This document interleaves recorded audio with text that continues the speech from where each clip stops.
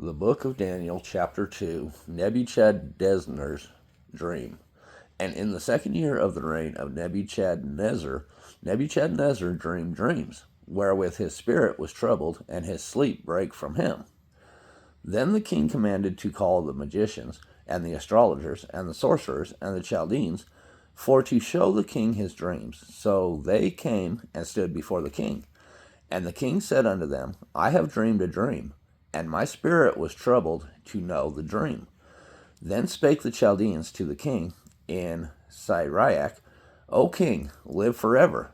Tell thy servants the dream, and we will show the interpretation. The king answered and said to the Chaldeans, The thing is gone from me. If ye will not make known unto me the dream, with the interpretation thereof, ye shall be cut in pieces, and your houses shall be made a dunghill. But if ye show the dream, and the interpretation thereof, ye shall receive of me gifts and rewards and great honor. Therefore show me the dream, and the interpretation thereof. They answered again and said, Let the king tell his servants the dream, and we will show the interpretation of it. The king answered and said, I know of certainty that ye would gain the time, because ye see the things is gone from me. But if ye will not make known unto me the dream, there is but one decree for you. For ye have prepared lying and corrupt words to speak before me. Till the time be changed, therefore tell me the dream, and I shall know that ye can show me the interpretation thereof. The Chaldeans answered before the king and said, There is not a man upon the earth that can show the king's matter.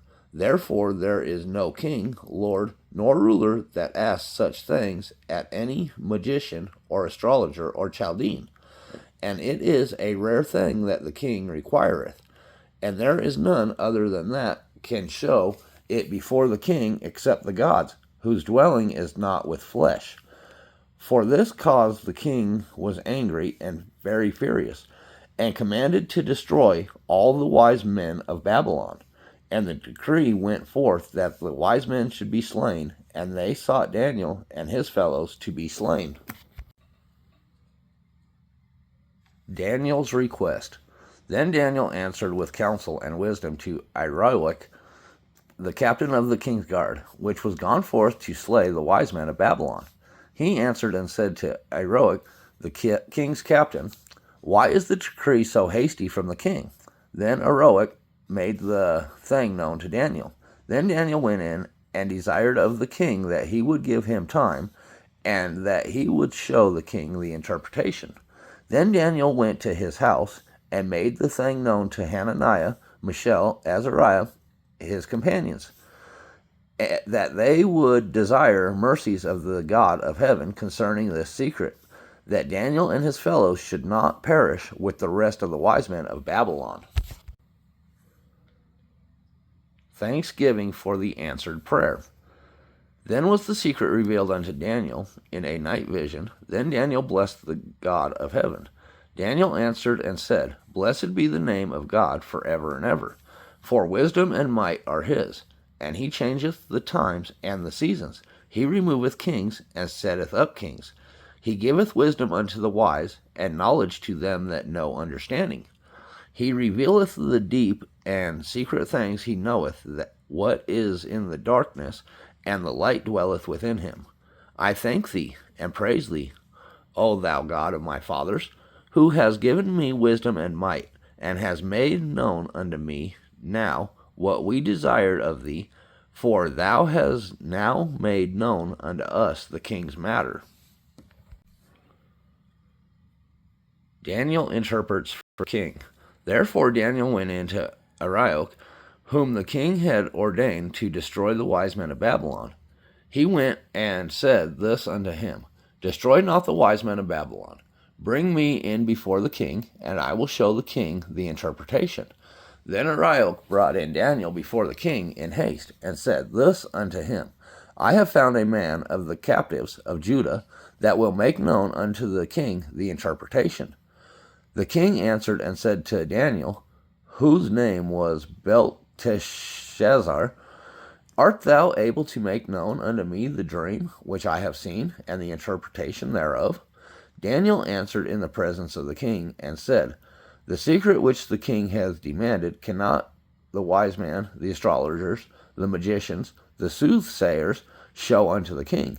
But there is a God in heaven that revealeth secrets, and maketh known to the king Nebuchadnezzar what shall be in the latter days. Thy dream and thy visions of thy head upon thy bed are these. As for thee, O king, thy thoughts came into thy mind upon thy bed, what should come to pass hereafter. And he that revealeth secrets maketh known to thee what shall come to pass.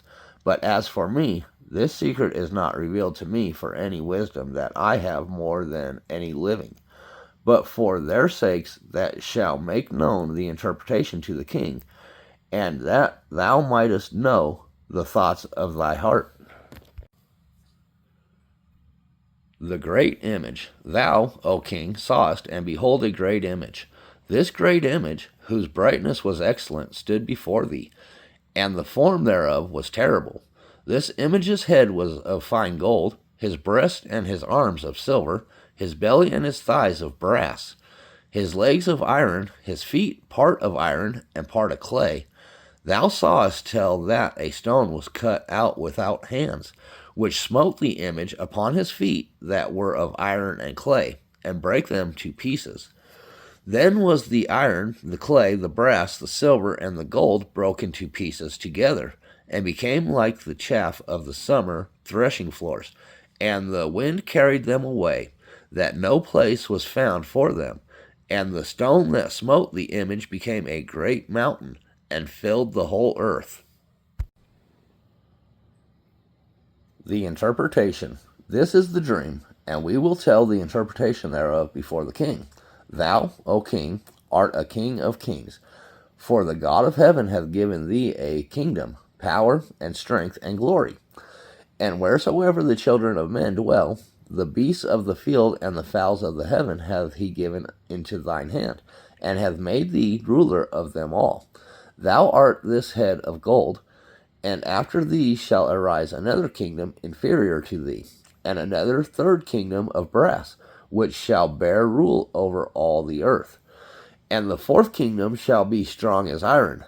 For as much as iron breaketh in pieces, and subdueth all things, and as iron that breaketh all these, shall it break in pieces and bruise. And whereas thou sawest the feet and toes, part of potter's clays, and part of iron, the kingdom shall be divided, but there shall be in it of the strength of the iron, for as much as thou sawest the iron mixed with miry clay. And as the toes of the feet were part of iron and part of clay, so the kingdom shall be partly strong and partly broken.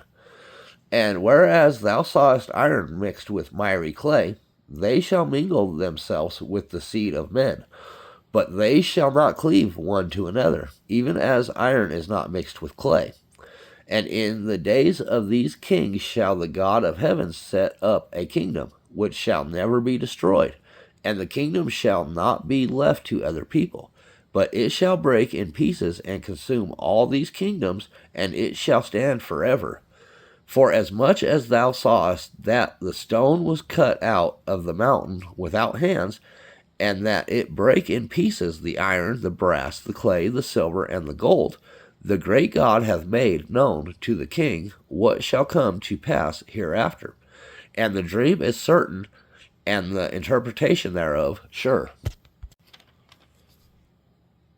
A God of gods.